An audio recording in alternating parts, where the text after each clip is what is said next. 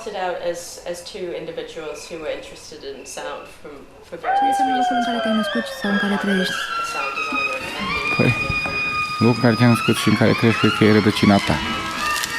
E acel loc în care îți creezi o unitate, o simbioză cu totul, cu absolut totul. Deci ești ca un copac care are rădăcinile lui și îți extragi toată seva, toată viața din acel loc.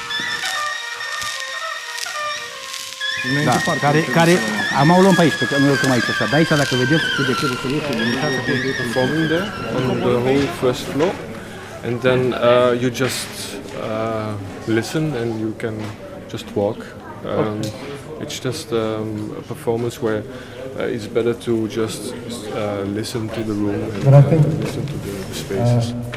Using sound recordings to document or analyze places involves a lot of decision making. What is it that we want to record? Do you want to record the sound of a particular? Se luptă pentru mediul curat în Roșia Montană, se luptă pentru păstrarea patrimoniului, se luptă pentru soluții de dezvoltare alternativă. Asta se luptă Asociația Alburnus Mayer.